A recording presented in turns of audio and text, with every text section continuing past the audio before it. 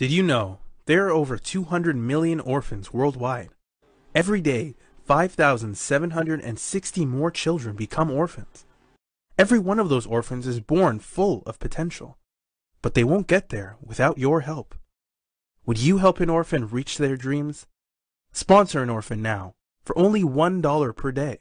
Visit ICNAReliefCanada.ca for details and to donate. ICNA Relief Canada, serving humanity since 1997.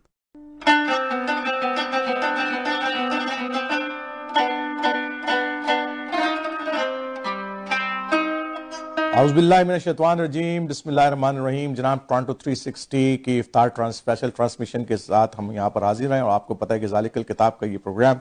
ہم نے شروع کیا ہوا ہے پہلی رمضان سے. جو ہے الحمدللہ ہم اس کو آپ کے سامنے روزانہ پیش کرتے ہیں اور آج جو ہے وہ 15ویں سپارے سبحان الذی کی جو ہے وہ انشاءاللہ تعالی تفسیر پیش کی جائے گی اور جاوید اسلم صاحب الحمدللہ ہمارے درمیان موجود ہیں اور وہ اس سپارے کی تفسیر آپ کے سامنے رکھتے ہی ہیں. تو ناظرین ایک طرف ایک بڑی اہم ترین مسئلہ ہے جو کہ میں نے ابھی پچھلے دنوں دیکھا کہ ہمارے ہاں جو ہے وہ بعض دفعہ پارکنگ جب مساجد کے اندر ہم آتے ہیں تو پارکنگ کے ایشوز کے اوپر کافی ساری تلخ کلامی ہو جاتی ہے. بعض دفعہ لوگ جو ہے وہ جناب ایک آدمی انڈیکیٹر دے رہا ہوتا ہے اور دوسرا آدمی جو ہے وہ داخل ہو کے اس پارکنگ میں جلدی سے لگا دیتا ہے اور جناب پھر بحث و مباحثہ شروع ہوتا ہے. تو ناظرین اس طرح ہمیں ان تمام چیزوں سے تھوڑا سا اجتناب کرنا چاہیے کہ رمضان کا مہینہ ہے, ہم ایک دوسرے کے ساتھ درگزر کریں, احسان کے معاملات کریں. اگر چلیں آپ کو تھوڑی مشکل سے پارکنگ وہ مل رہی ہے یا دوسری تھوڑی دور جگہ جانا پڑ گیا ہے تو تھوڑا صبر کر لیں اس کے اندر, بجائے یہ کہ ہم اس کو کانفلکٹ بنائیں اور ان کو مسائل کو بنائیں. تو میرا خیال ہے کہ تھوڑا سا جو ہے نا وہ یہ ایشو تو ویسے تکبر اور ایگو کا ہوتا ہے. بعض دفعہ یہ ہماری ایگو ہرٹ کرتی ہے کہ جی میں کوئی بڑی چیز تھا اور اس نے جناب میری جگہ لے لی. تو ہمیں جو ہے تکبر اور ایگو سے اللہ تعالیٰ کو یہ تکبر اور ایگو پسند نہیں ہے, ہم اس سے اجتناب کریں. تو آئیے ہم جاوید اسلم صاحب سے جو ہے وہ 15ویں سپارے کی جو ہے تفسیر سنتے ہیں. الحمدللہ وکفا والصلاة والسلام علی عبادہ الذین اصطفیٰ اما بعد فاعوذ باللہ من الشیطان الرجیم بسم اللہ الرحمن الرحیم. سبحان الذی اسری بعبدہ لیلا من المسجد الحرام الی المسجد الاقصی الذی بارکنا حولہ لنریہ من آیاتنا انہ هو السمیع البصیر. صدق اللہ العظیم. رب اشرح لی صدری ویسر لی امری واحلل عقدۃ من لسانی یفقہوا قولی. اللہم ربنا الہمنا رشدنا وعصمنا من شرور انفسنا. اللہم ربنا ارنا الحق حقا وارزقنا اتباعہ وارنا الباطل باطلا وارزقنا اجتنابہ. اللہم ربنا تقبل منا صیامنا وقیامنا فانک خیر المتقبلین آمین یا رب العالمین. معزز ناظرین السلام علیکم ورحمۃ اللہ وبرکاتہ. آج انشاءاللہ یہ پارہ نمبر 15 ہے جو سبحان الذی کے نام سے موسوم ہے, اس کا ہم مطالعہ کریں گے. اس کے اندر 2 صورتیں ہیں کہ جو بہت ہی پیاری صورتیں ہیں اور بہت ہی گویا کہ امپورٹنٹ صورتیں ہیں اس اعتبار سے کہ ان کے اندر بہت اہم مضامین اللہ تعالیٰ نے بیان فرمائے ہیں. ایک ہے سورہ اسراء یا سورہ بنی اسرائیل, اس کے 2 نام جو ہیں کہ وہ ہمیں ملتے ہیں, سورہ بنی اسرائیل اور سورۃ الاسراء. اور دوسری سورہ مبارکہ سورۃ الکہف جو ہے اس کا ہم مطالعہ کریں گے انشاءاللہ مختصر سے وقت کے اندر. یہ جیسے میں نے عرض کیا کہ یہ 2 صورتیں حکمت قرآن اور فلسفہ قرآن مجید کے فلسفے کے اعتبار سے نہایت ہی جامع ترین صورتیں ہیں قرآن مجید کی, اور یہ قرآن مجید کے بالکل وسط میں گویا کہ یہ شامل کی گئی ہیں. اور اس میں ہم دیکھیں گے کہ ان 2 صورتوں کے اندر بہت سارے مضامین ایسے ہیں کہ جو بالکل مشابہ ہیں, ایک دوسرے سے ملتے جلتے ہیں, اور گویا کہ آپ یہ سمجھ لیجئے کہ جیسے وہ کوئی 2 جڑواں بہنیں ہوتی ہیں. یہ بالکل ان 2 صورتیں جو ہیں ان کا یہ اس طرح کا تعلق ہے کہ ان کے اندر مضامین کے اعتبار سے بھی بہت ساری مشابہت پائی جاتی ہے, اور اس کے ساتھ ساتھ آیات بھی ایسی ہیں کہ جو بہت زیادہ ملتی جلتی ہیں. اور خاص طور پر جو ان 2 صورتوں کے اندر جو چیزیں آپ سمجھیے جو مشابہ ہیں اور جو کامن آئی ہیں, وہ ان کو اگر ہم دیکھیں تو بالکل جو آغاز میں اللہ تعالیٰ نے بیان فرمایا کہ سبحان الذی اسری بعبدہ, اس سے پہلے کہ ہم یہ مشابہت سمجھیں اس کے حجم کے بارے میں بھی میں آپ کو بتا دوں کہ ان کا حجم بھی بالکل دونوں صورتوں کا ایک دوسرے سے ملتا جلتا ہے, کہ ان دونوں صورتوں کے اندر 12 رکوع ہیں. سورہ بنی اسرائیل کے اندر جو آیات کی تعداد ہے وہ 111 ہے اور سورہ کہف کے اندر 112, گویا کہ حجم کے اعتبار سے بھی برابر ہے. ان کا آغاز بھی بالکل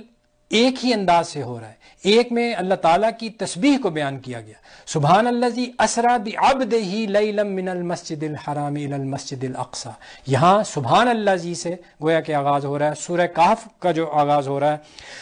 الحمدللہ الذی انزل علی عبدہ الکتاب ولم یجعل لہ عوجا، وہاں پہ جو لفظ استعمال ہو رہا ہے وہ الحمدللہ.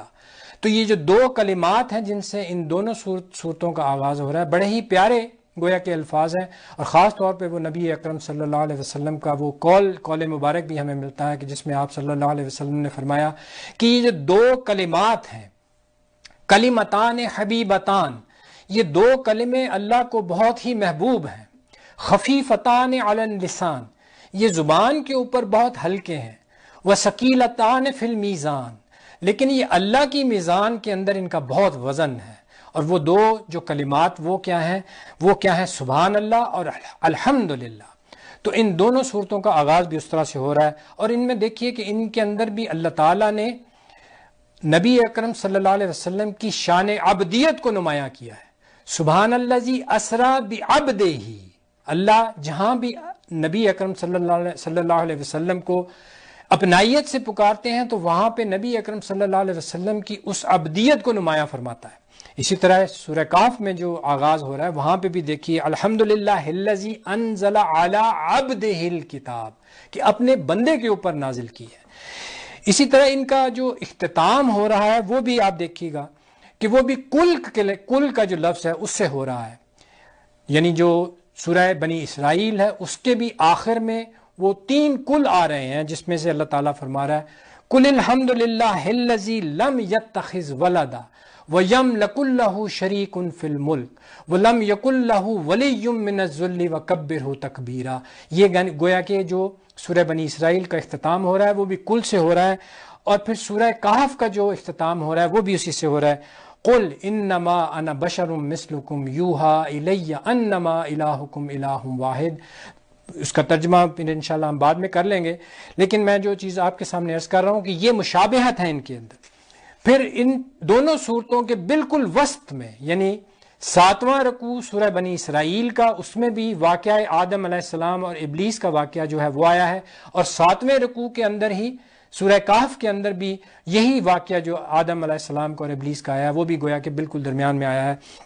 اور پھر اس کے اندر جو ہجرت کا اشارہ ہے، اور خاص طور پر نبی اکرم صلی اللہ علیہ وسلم کی جو دعا بھی منقول ہے،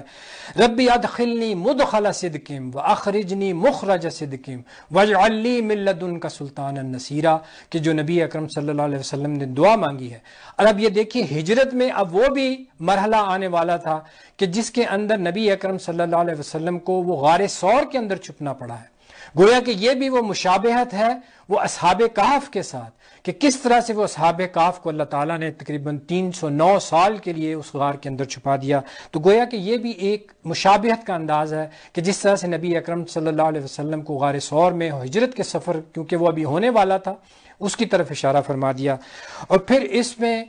قرآن مجید کے بارے میں بھی جو اس کی عظمت ہے اس کے بارے میں خاص طور پر اللہ تعالیٰ نے بار بار، میں انشاءاللہ بعد میں عرض کروں گا، اس کے بارے میں ارشاد فرمایا اقم الصلاۃ لدلوک الشمس الی غسق اللیل وقرآن الفجر. یہ جو صبح کے وقت نماز پڑھی جاتی ہے اس کے اندر جو قرآن فجر جس کو کہا گیا ہے یہ کیا ہے ان قرآن الفجر کان مشہودا. اس کے اندر فرشتے موجود ہوتے ہیں، اور اس تلاوت کو جو صبح قرآن پڑھا جاتا ہے اس کے اندر گویا کہ یہ وہ سن رہے ہوتے ہیں. تو اس کو بھی قرآن کے لفظ سے گویا کہ اللہ تعالیٰ نے منسوب فرمایا ہے. اور پھر سورہ کہف میں فرمایا اتل ما اوحی الیک من الکتاب من کتاب ربک لا مبدل لکلماتہ. اللہ تعالیٰ فرما رہا ہے کہ اس کتاب کی تلاوت کیجئے کہ جس کی تعلیمات کو، جس کے کلمات کو کوئی بدلنے والا نہیں ہے. تو یہ وہ چند امور ہیں کہ جو بالکل مشابہ ہیں ان دو صورتوں کے بارے میں، جس طرح میں نے عرض کیا کہ ان کے اندر نہ صرف مضامین کی مشابہت ہے بلکہ جو آیات ہیں ان کے اندر بھی بہت سارے لفظی مشابہت ہے وہ بھی پائی جاتی ہے. سورہ بنی اسرائیل کا آغاز جو ہو رہا ہے جیسے میں عرض کیا اس کے اندر اللہ تعالیٰ نے وہ واقعہ معراج کی طرف گویا کہ وہ نشاندہی کی ہے کہ جس میں اللہ تعالیٰ نے نبی اکرم صلی اللہ علیہ وسلم کو وہ سفر کروایا بیت اللہ شریف سے لے کر بیت المقدس تک، اور اس کے بعد اللہ تعالیٰ گویا کہ وہ معراج پہ نبی اکرم صلی اللہ علیہ وسلم کو لے کے گیا ہے، اور وہاں پر اس کا مقصد کیا تھا؟ لِنُرِيَهُ مِنْ آیاتنا، تاکہ اللہ تعالیٰ اپنی بڑی بڑی نشانیوں میں سے نبی اکرم صلی اللہ علیہ وسلم کو وہ دکھائے۔ یہ ہے وہ معراج کا واقعہ کہ جس کی وجہ سے وہ ابتدا ہوئی ہے۔ اور اس کے بعد یہ جو بنی اسرائیل تھی، ان کی تاریخ کے واقعات کو بیان کیا گیا، بالکل مختصراً چند آیات کے اندر ان کی پوری 2000 سالہ تاریخ کو گویا کہ اللہ تعالیٰ نے بیان فرما دیا۔ اور خاص طور پہ یہ بیان فرمایا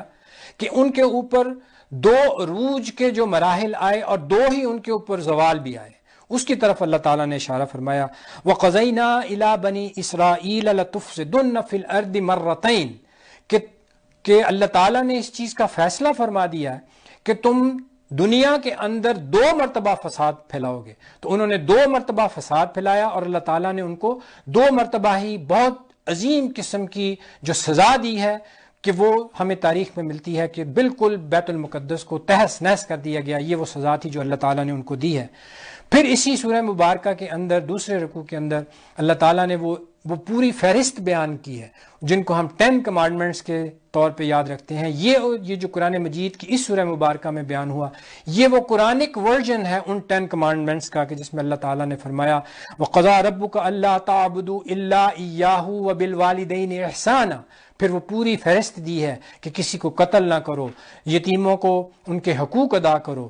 کسی قسم کی جو فحاشی اور عریانی ہے اس سے بچا جائے۔ وہ پوری جو 10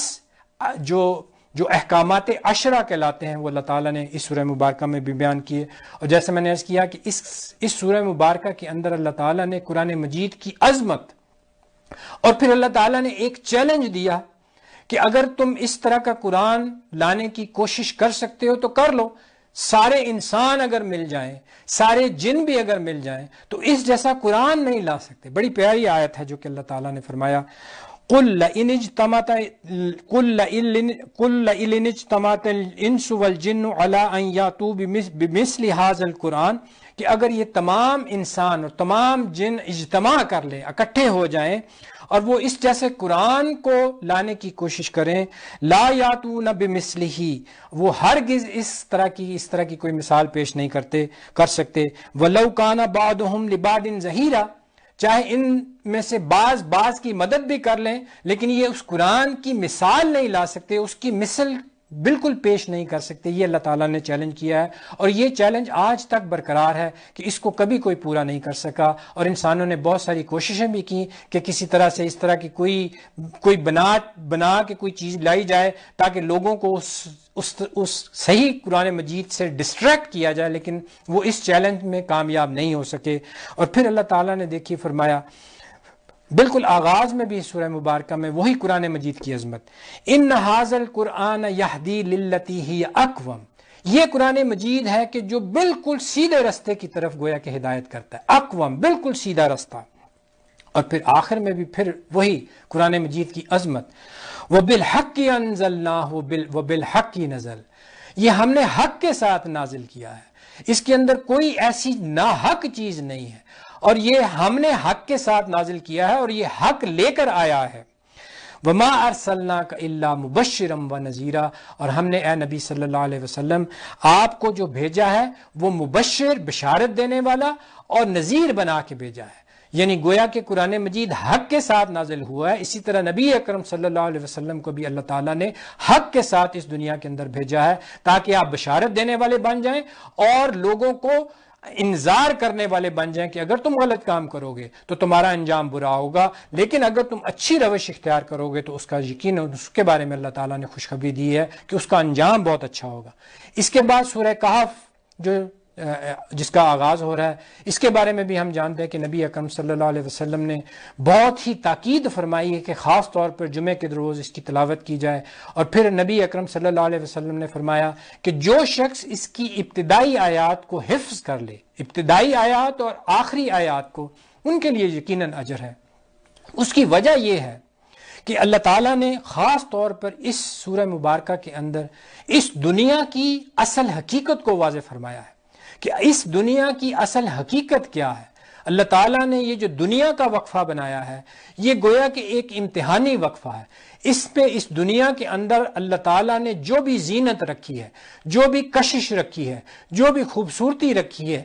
اس کا مقصد کیا ہے کہ اللہ تعالیٰ انسان کا امتحان لے کہ آیا انسان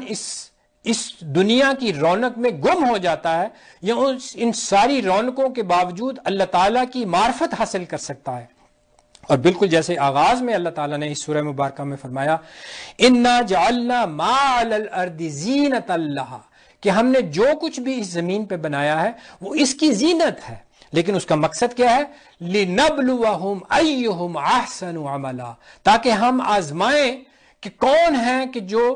اس دنیا کے اندر اچھے اعمال کرتے ہیں. وَإِنَّا لَجَاعِلُونَ مَا عَلَيْهَا سَعِيدًا جُرُزًا،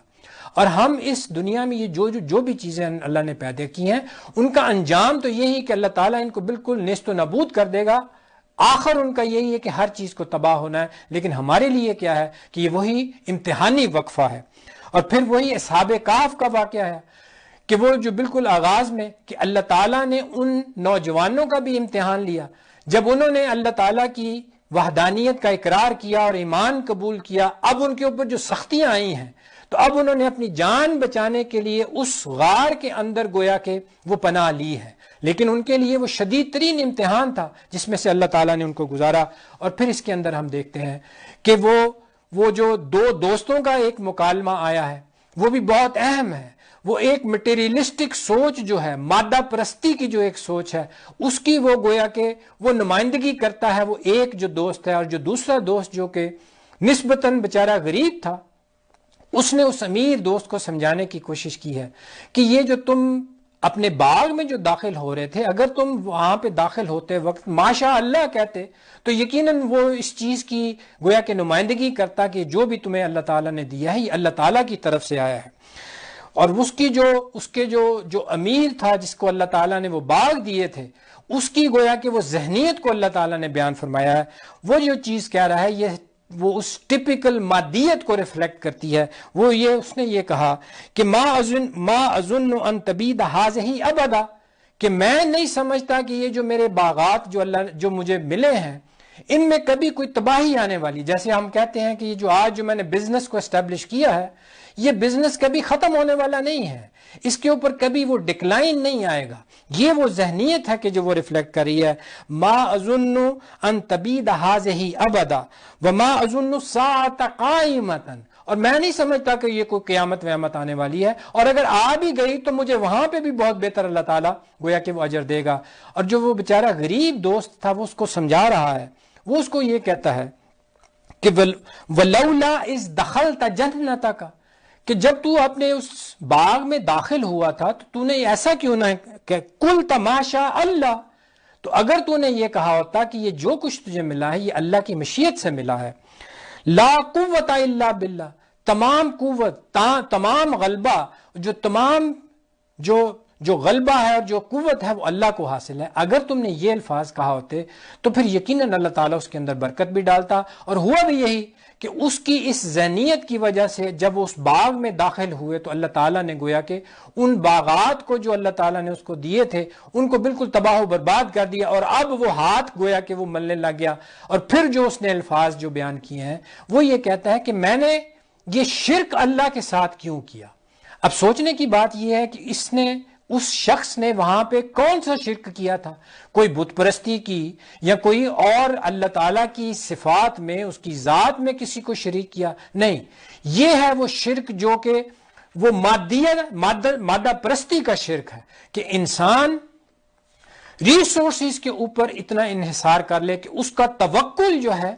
وہ ان ریسورسز کے ان کے اوپر ہو جائے، کل کا کل توکل. اور وہ توکل جو اللہ کی ذات پر ہونا چاہیے، اللہ تعالیٰ کی ذات کے اوپر وہ توکل، اس سے انسان محروم ہو جائے اور اپنا تمام انحصار ان ریسورسز کے اوپر ہو جائے کہ ٹھیک ہے میرے پاس یہ سارے ریسورسز ہیں، میں کل باغ میں داخل ہوں گا، پھل کاٹوں گا اور وہ میں نے محنت کی ہے اس کا پھل پالوں گا. یہ ہے وہ ٹپیکل مادہ پرستی کی سوچ کہ جس کی یہاں اس پوری سورہ مبارکہ میں گویا کہ وہ نمائندگی کی گئی. اور پھر آخر میں وہی موسیٰ علیہ السلام اور خضر علیہ السلام کا واقعہ آتا ہے کہ جس کی تفصیل ملتی ہے کہ جس میں موسیٰ علیہ السلام نے حضرت خضر علیہ السلام کے ساتھ اس سفر کو وہ اختیار فرمایا تھا، اور اس کے اندر وہ حضرت خضر علیہ السلام نے گویا کہ وہ بالکل وہ خرق عادت چیزوں کے بارے میں وہاں پہ وہ جو معاملہ کیا، اس کے بارے میں پھر انشاءاللہ ہم اگلے پارے کے اندر وہ سمجھنے کی کوشش کریں گے، اور پھر اس میں حضرت خضر علیہ السلام نے جو واقعات پیش آئے، وہ جو 3 واقعے آئے ہیں ان کے بارے میں جو تعویل بیان کی، وہ انشاءاللہ ہم اگلے پارے میں وہ اس کا مطالعہ کریں گے۔ اقول قولی ھذا واستغفر اللہ لی ولکم ولسائر المسلمین والمسلمات، والسلام علیکم ورحمۃ اللہ وبرکاتہ۔ ناظرین، آپ نے آج 15ویں سپارے سبحان الذی کی جو ہے تفسیر سنی، اور امید ہے کہ قرآن کی جو مسلسل تفسیر ٹورانٹو 360 اکنا ریلیف کے تعاون سے آپ کو پیش کر رہا ہے، اس سے یقیناً آپ اور آپ کی فیملی جو ہے استفادہ کر رہی ہے، اور ہم سب بھی استفادہ کر رہے ہیں الحمدللہ۔ ہم خود بھی، ہمارا اسٹاف، ہمارے تمام لوگ جو ہے استفادہ کر رہے ہیں، اور ہمیں بہت سارے لوگوں کی جو ہے بہت ساری اچھی باتیں بھی سننے کو مل رہی ہیں کہ آپ لوگوں نے بڑا اچھا پروگرام شروع کیا ہے۔ تو اللہ تعالیٰ جو ہے وہ ٹورانٹو 360 کے ذریعے جو ہے اس ملک کے اندر اللہ کے اس پیغام کو پہنچانے کا جو ذریعہ بن رہا ہے، یقیناً اس کی برکات جو ہے وہ تمام لوگوں تک ضرور پہنچیں گی۔ کل انشاءاللہ تعالیٰ 16ویں سپارے کی تفسیر کے ساتھ حاضر ہوں گے، اس وقت تک کے لیے اجازت دیجیے۔ السلام علیکم ورحمۃ اللہ وبرکاتہ۔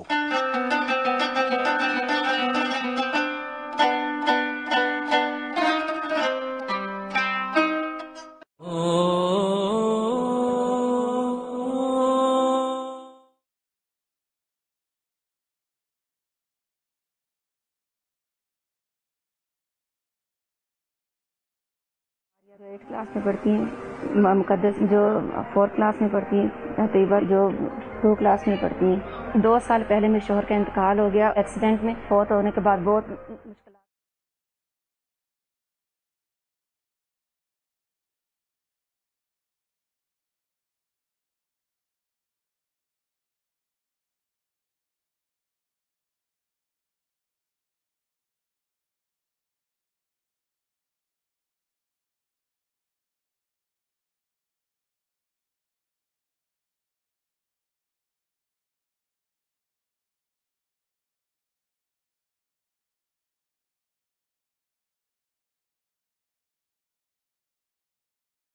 میں بہت محنت سے پڑھاتے ہیں،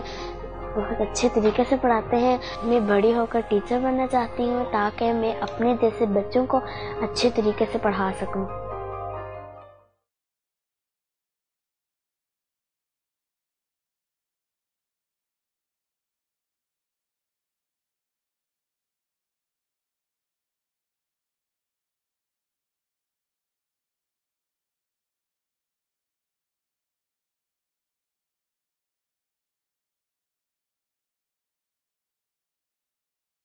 رمضان ایمانا و احتسابا غفر له ما تقدم من ذنبی۔ جو بھی شخص، مرد عورت، رات کو قیام کریں عبادت کے ساتھ، نماز کے ساتھ رمضان کے زمانے میں، اور وہ اللہ سے امید رکھتے ہوں اجر کی اور ایمان کے ساتھ یہ کام کریں تو ان کے پچھلے گناہ معاف کر دیے جائیں گے۔ یہ جو قیام کا لفظ ہے، یہ دیکھیے ہمارے پاس رات میں اگر دیکھا جائے تو فرض نماز تو عشاء کی ہے، وہ تو ہمیں پڑھنا ہی پڑھنا ہے، سال بھر ہے وہ۔ دوسری نماز جو ہے وہ تہجد کی ہے، جو سنت ہے اور اچھی بات ہے، کرنا چاہیے، تو وہ تو آخر رات میں زیادہ ہوتی ہے کہ اگر آپ دن کے جیسے 3 حصے کرتے ہیں تو ایسی رات کے 3 حصے کر لیجئے، اور آخری حصہ جو ہوگا 2 گھنٹے 3 گھنٹے کا جو ہے اس میں اگر کسی وقت بھی اٹھیں یا اٹھے ہوئے ہوں، دونوں صورتوں میں اگر ہم فجر سے پہلے وہ کچھ رکعتیں 2 رکعت 4 رکعت 8 رکعت پڑھ لیں تو یہ تہجد کہلاتی ہے۔ قرآن میں ہے کہ نبی کریم صلی اللہ علیہ وسلم نے فرمایا کہ اے نبی، آپ کے لیے ہم نے تہجد کو لازمی کیا ہے، اور قرآن الفجر ان قرآن الفجر کان مشہودا ومن اللیل فتہجد بھی، اور رات میں آپ تہجد کی نماز پڑھیں، اور یہ بڑی اچھی چیز ہے۔ تو تہجد کی نماز ہے، لیکن ایک اسپیشل نماز ہے جس کو ہم قیام اللیل بھی کہتے ہیں عربی زبان میں، اور ہم نے اپنے طور پر اس کا نام تراویح کر دیا ہے۔ اس میں تراویح جو ہے راحت کے لفظ سے نکلا ہے۔ ہوتا یہ تھا کہ جب لوگوں نے 20 رکعت نماز پڑھتے تھے تو 4 رکعتوں کے بعد تھوڑی دیر راحت لے لیتے تھے، تو اس تراویح سے یہ لفظ نکل آیا تراویح کا، ورنہ اصل میں تراویح تو خود کوئی نماز نہیں ہے جس کا آپ کہیں کہ صاحب کتاب و سنت میں ہمیں نام نہیں ملتا، ہم نے اپنے طور پر اس کو طے کر لیا ہے، لیکن قیام اللیل کا لفظ حدیث میں ملتا ہے۔ اب اس میں جو ہمارے پاس 2-3 ایشو ہیں وہ اس کو سمجھ لیں تو آسانی ہوگی۔ سب سے پہلی بات تو یہ ہے کہ یہ سنت ہے، پہلے دوسرے الفاظ میں اگر کسی وجہ سے نہ پڑھ سکے تو اس میں کوئی مطلب یہ ہے کہ بڑی خلاف ورزی نہیں ہے جس کو ہم یہ کہیں کہ ویسے رمضان روزے کو چھوڑنے کی ہے. لیکن بس یہ ضرور ہے کہ شوق دلایا گیا ہے تو ہمیں شوق کے ساتھ پڑھنا چاہیے، اپنے طور پر خود طے کر کے پڑھنا چاہیے. ایک تو یہ. دوسری بات یہ ہے کہ اس کو عشاء کے بعد پڑھنا ہے، یہ تو طے ہے، لیکن عشاء سے لے کے فجر سے پہلے تک کبھی بھی پڑھی جا سکتی ہے. تو فرض کیجئے اگر کوئی شخص مثلا نماز عشاء کے بعد چلا گیا کہیں کام سے اور نہ پڑھ سکا، تو رات میں 3 بجے 2 بجے 4 بجے جب بھی آیا اور ابھی اب آدھا گھنٹہ بعد واقعی ہے تو وہ اس وقت تراویح پڑھ لے، تراویح کی نماز بھی ہو جائے گی اور تہجد کی بھی ہو جائے گی.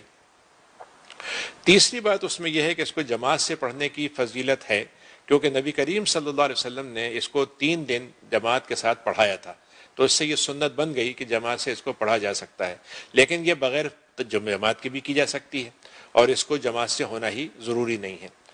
چوتھی بات اس میں یہ ہے کہ اس میں کتنی رکعتیں ہونی چاہیے.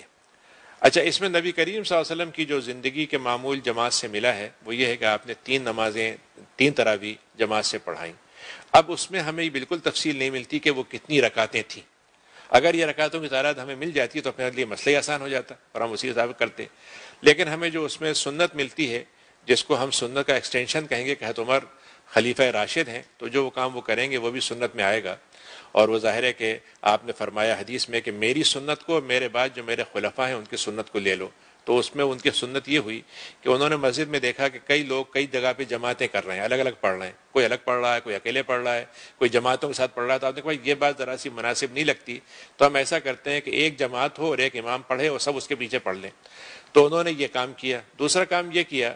کہ اس میں 20 رکعت متعین کی کہ بھائی 20 رکعت ہم پڑھیں. اب اس میں یہ طے کرنا کہ 20 رکعت آپ نے کیوں کی،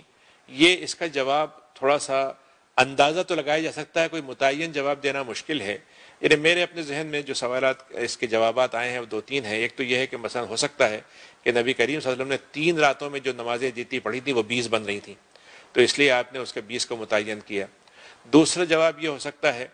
کہ آپ نے تہجد کی نماز کے بارے میں جو عائشہ کی حدیث بھی ہے کہ آپ 10 رکعت تک جاتے تھے زیادہ سے زیادہ تراویح میں تہجد میں، تو مثلا فرض کیجئے کہ 8 رکعت پلس 3 وتر مگر آپ پڑھیں تو ایک طرح سے وہ 8 پلس 11 ہو گئے، تو وہ ایک ہو گیا، تو ایک تہجد کی 8 رکعت ہو گئیں. پھر اس کے بعد چونکہ ہم تراویح الگ سے پڑھ رہے ہیں تو اگر فرض کیجئے کہ ہم اس میں بھی 8 پڑھ لیں یا 10 پڑھ لیں یا 12 پڑھ لیں، تو اگر حضرت عمر کے ذہن میں ہو سکتا ہے یہ جواب آیا ہو کہ ایک آدمی تہجد نہ پڑھ سکتا ہو تو تراویح میں اس کو تراویح بھی مل جائے اور تہجد کی نماز کا بھی یہ حصہ اس میں شامل ہو جائے، تو اس طرح سے انہوں نے 20 رکعت کو اس کے اندر کیا. تو بہرحال اس میں اگر یہ کہا جائے کہ یہ 20 رکعت لازمی نہیں ہے تو صحیح ہے، لیکن اگر کوئی یہ کہتا ہے کہ نبی کریم سے تو 20 رکعتیں ثابت نہیں ہیں اس لیے یہ رکعتیں غلط ہیں، تو یہ بھی غلط ہے، اس لیے کہ نبی کریم صلی اللہ علیہ وسلم کے مطابق حضرت عمر کی سنت بھی ہماری سنت ہے. پانچویں بات اس میں یہ ہے کہ اس میں لازماً قرآن ختم ہونا چاہیے، یہ بھی ضروری نہیں ہے، لیکن نبی کریم کی ایک سنت ہے جس سے ہمیں مدد ملتی ہے سمجھنے میں، وہ یہ ہے کہ آپ رمضان میں ایک بار حضرت عمر کے حضرت جبریل کے ساتھ باقاعدہ قرآن کو دہراتے تھے، اور آخری آپ کا سال جو تھا اس میں آپ نے دوبارہ قرآن کو دہرایا، 2 دفعہ دہرایا. تو اگر ہم اس کو یہ کہیں کہ وہ دہرانے کا جو نصاب تھا جو آپ نے رمضان میں کیا تھا وہ ہم تراویح میں کر لیتے ہیں. اچھا، ہر آدمی قرآن پورا نہیں پڑھ سکتا، پورا سن لے گا تو مشکل، وہ بھی آسان ہو جائے گا، تو اس لحاظ سے ایک طریقہ یہ بن گیا کہ ہم قرآن مجید کو ایک دفعہ تراویح میں سن لیں گے اور امام جو ہے وہ پڑھا دے گا. لیکن یہ لازمی حصہ نہیں ہے. تراویح اگر تھوڑے سے حصے میں ہی پڑھی جائے، بغیر ترتیب کے ساتھ قرآن پڑھا جائے تب بھی تراویح ہو جائے گی. چھٹی بات اس میں یہ ہے کہ فرض کیجئے کہ امام حافظ ہو تب وہ قرآن پڑھے یا دیکھ کے پڑھے، تو بہرحال اس کے بارے میں تمام ائمہ کا اس پر اتفاق ہے کہ ذہن سے جو یاد ہو اس سے پڑھنا چاہیے. لیکن نفل کے بارے میں اس میں اماموں کی طرف سے اجازت ہے، امام حنیفہ نے بھی اجازت دی ہے، امام شافعی کے بھی اجازت ہے کہ قرآن دیکھ کے پڑھ سکتے ہیں نفل نماز میں، فرض میں نہیں پڑھ سکتے. تو اس لحاظ سے آپ نے دیکھا ہوگا بعض لوگ قرآن مجید پیچھے لیے ہوئے کھڑے ہوتے ہیں، وہ سنتے ہوتے ہیں، قرآن کو دیکھتے بھی جاتے ہیں. تو سنت کے لحاظ سے اس میں اجازت موجود ہے، امام حنیفہ کی طرف سے بھی اجازت ہے اور ایسا کیا جا سکتا ہے. لیکن ہمت افزائی کے لیے یہی ہے کہ قرآن مجید جو ہے وہ یاد کر کے پڑھا جائے تو سب سے اچھی بات ہے. میں ایک زمانے میں سعودی عرب میں رہا ہوں تو وہاں پر تو ایک زمانہ ایسا تھا کہ وہاں پہ حافظ ہوتے ہی نہیں تھے، تو ہر مسجد میں قرآن دیکھ کے پڑھا جاتا تھا. لیکن الحمدللہ اب تو حافظوں کی تعداد آپ وہاں تو چھوڑ دیجئے، کینیڈا میں اتنی ہو گئی ہے، ایک مسجد میں 2-2 3-3 حافظ آپ کو مل جائیں گے. تو یہ اللہ کے قرآن کی برکت ہے اور حفظ کی برکت ہے قرآن ہمارے سینوں میں، ہمارے بچوں کے سینوں میں اتر آیا ہے، اور ظاہر ہے کہ رمضان سب سے بہتر موقع ہوتا ہے قرآن کو دہرانے کا، سننے کا، تو یہ بھی ایک چیز ہوئی۔ اس کے ساتھ ایک اور بات جو بہت اہم ہے وہ یہ ہے کہ میں لوگوں کو ایک مشورہ دیتا ہوں کہ فرض کیجئے آپ کسی وجہ سے رات میں تراویح نہ پڑھ سکیں، جاب پہ جا رہے ہیں، کوئی اور مسئلہ ہے،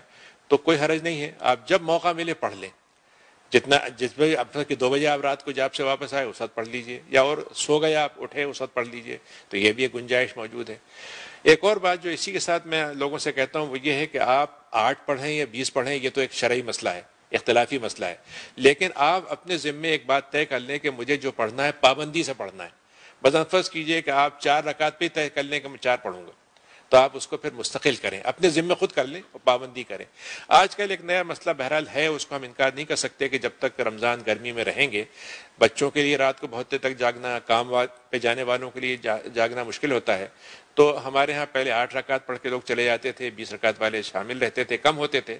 لیکن یہ کہ چلے جاتے تھے، اب ہوتا ہی ہے کہ 4 کے بعد چلے جاتے ہیں۔ یہ بات اچھی تو نہیں ہے، لیکن میں اس کو پھر بھی یہ کہوں گا کہ اس میں اگر مجبوری ہے تو اس میں اجازت ہے، یعنی ایک آدمی اگر ایسے پڑھ رہا ہے تو اس میں کوئی حرج نہیں ہے اور کر سکتا ہے۔ باقی یہ کہ اگر فرض کیجئے کسی وجہ سے آپ فرض نماز کے بعد تراویح میں شریک نہ ہو سکیں اور گھر میں آ کے پڑھ لیں گے، تب بھی آپ کی تراویح کی نماز ہو جائے گی۔ تو گویا خلاصہ کلام یہی ہوگا کہ تراویح اچھی چیز ہے، کرنا چاہیے، کتنی رکعتیں ہو سکتی ہیں وہ کر لینا چاہیے، قرآن مجید کتنا ہم پڑھ سکتے ہیں وہ پڑھ لینا چاہیے، قرآن مجید یاد ہو تو سب سے اچھی بات ہے، ورنہ دیکھ کے پڑھ لینا چاہیے، اور اس طریقے سے ہمیں تراویح کے ساتھ ایک تعلق اور رشتہ بنانا چاہیے۔ اور اسی کے ساتھ اگر ہم وتر پڑھتے ہیں تو وتر بھی پڑھ لیں۔ وتر میں بھی مسئلہ ہے، بعض جگہ آپ نے دیکھا ہوگا 3 رکعت ایک ساتھ پڑھتے ہیں، امام حنیفہ کے یہاں 3 رکعت ایک ساتھ ہیں، ایک سلام سے ہیں، امام شافعی کے یہاں 2 رکعت ہے، پھر سلام ہے، پھر 1 رکعت الگ ہے۔ تو دونوں طریقے سنت سے ثابت ہیں، جس سے بھی آپ پڑھیں، اس میں کوئی مطلب یہ کہ خلاف سنت بات نہیں ہے۔ افضلیت کا مسئلہ ہے، اماموں کے درمیان میں جو اختلاف ہوتا ہے وہ یہ کہ افضل کیا چیز ہے،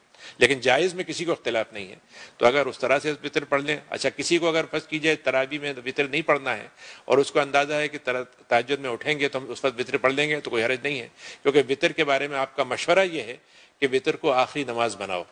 تو اگر ہم ایسا کر سکیں تو کر لیں، لیکن اگر نہیں کر سکتے اور ہم خطرہ بھی ہے کہ ہم نہیں اٹھ سکیں گے جلدی، تو وتر ابھی پڑھ لیں۔ اب اس میں اگر ہم نے وتر تراویح کے ساتھ پڑھ لیے اور ہم اٹھ گئے تہجد کے لیے، تو اس وقت وتر پڑھنا ہمارے لیے ضروری نہیں ہے۔ اور وتر کے سلسلے میں 3 رکعت کے بارے میں ہے، 1 رکعت بھی ہو سکتی ہے وتر، 2+1 بھی ہو سکتی ہے، 4+1 بھی ہو سکتی ہے، یہ سب ہیں، لیکن زیادہ تر معمول ہمارے ہاں جو ہے وہ یہی ہے کہ 3 رکعت ایک ساتھ پڑھ لی یا 2+1 پڑھ لی، اور دونوں طریقوں میں سے کسی کو بھی پڑھ لیا جائے تو یہ اچھی بات ہے۔ اور اسی کے ساتھ ہم موقع ملے تو اور مزید آخری عشرے میں ہم تہجد کے ساتھ دور قرآن مجید سن لیں، کچھ اور